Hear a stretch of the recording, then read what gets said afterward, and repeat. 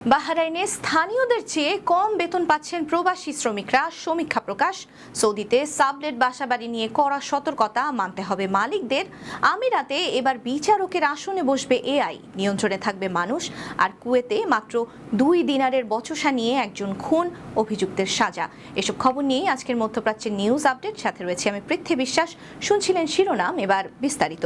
বাহরাইনে বিমার আওতায় থাকা প্রতি 10 জন প্রবাসী কর্মীর মধ্যে প্রায় 7 জনের মাসিক বেতন 200 বাহরাইনি দিনারেরও কম। দেশটির সোশ্যাল ইন্স্যুরেন্স অর্গানাইজেশনসের সর্বশেষ পরিসংখ্যান এমনই তথ্য দিয়েছে।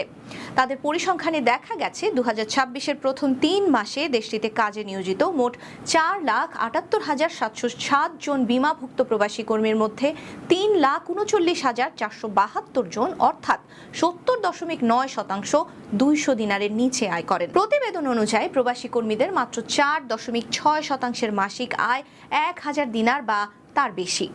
অন্যদিকে বিমাভুক্ত বাহরাইনি কর্মীদের 26.6% মাসে 1000 দিনার বা তার বেশি বেতন পেয়ে থাকেন।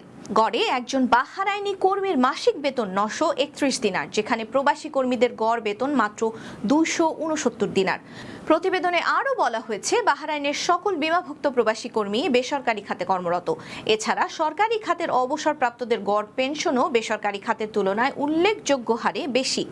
এই পরিসংখ্যান বাহরাইনের স্থানীয় এবং প্রবাসী কর্মীদের আয়ের মধ্যে বিদ্যমান বড় বৈষম্যের চিত্র তুলে ধরেছে। সৌদি আরবের মিউনিসিপ্যালিটিজ অ্যান্ড আবাসন মন্ত্রণালয় শেয়ার্ড বা যৌথ আবাসনের মালিক ও পরিচালনাকারীদের হালনাগাদ স্বাস্থ্য ও নিরাপত্তা নির্দেশনা কঠোরভাবে মেনে চলার আহ্বান জানিয়েছে।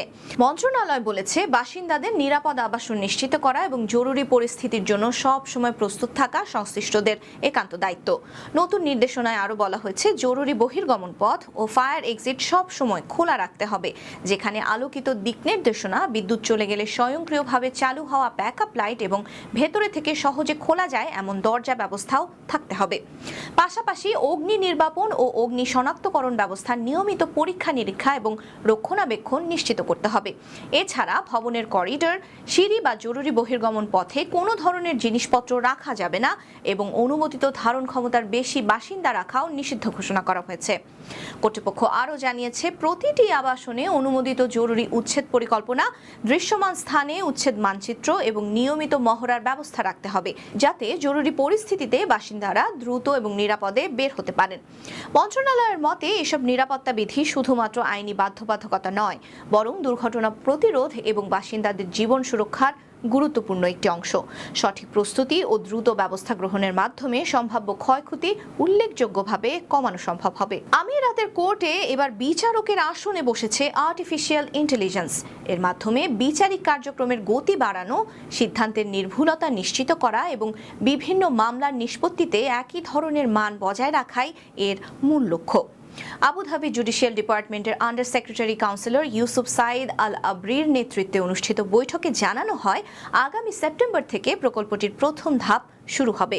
এরপর ধাপে ধাপে প্রায় 18 মাস ধরে পুরো বিচার ব্যবস্থায় এটি বাস্তবায়ন করা হবে।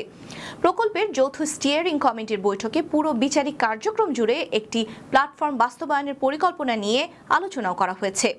আমিরাতের বিচার ব্যবস্থাকে আরও আধুনিক, দ্রুত ও নির্ভুল করতে বিশ্বের প্রথম সমন্বিত এআই জুডিশিয়াল প্ল্যাটফর্ম চালুর উদ্যোগ নিয়েছে আবুধাবির জুডিশিয়াল ডিপার্টমেন্ট অফ গভর্নমেন্ট এনাবেলমেন্টের সহযোগিতায় গড়ে তোলা এই প্ল্যাটফর্মে বিচারিক এবং আইনি সিদ্ধান্ত গ্রহণে কৃত্রিম বুদ্ধিমত্তা ব্যবহার করা যাবে, তবে পুরো প্রক্রিয়া জুড়ে মানুষের তত্ত্বাবধান এবং চূড়ান্ত যাচাই বাধ্যতামূলক থাকছে। কুয়েতে মাত্র 2 কুয়েতি দিনারের কেনাকাটার মূল্য পরিশোধ না করে পালানোর চেষ্টা করতে গিয়ে এক মুদি দোকানের কর্মীর মৃত্যুর ঘটনায় একজন কুয়েতি নাগরিককে 15 বছরের কারাদণ্ড দিয়েছেন আদালত। আদালতের নথি অনুযায়ী ঘটনাটি আল মুথলা এলাকায় ঘটেছে। অভিযুক্ত ব্যক্তি দোকান থেকে কেনাকাটা শেষে মূল্য পরিশোধ না করে গাড়ি নিয়ে দ্রুত চলে যাওয়ার চেষ্টা করেন।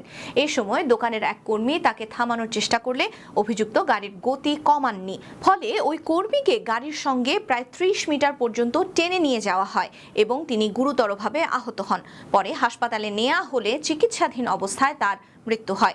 তদন্তে আদালত জানতে পারে অভিযুক্তের বিরুদ্ধে এর আগেও চুরি এবং মাদক সংক্রান্ত একাধিক অপরাধের রেকর্ড ছিল।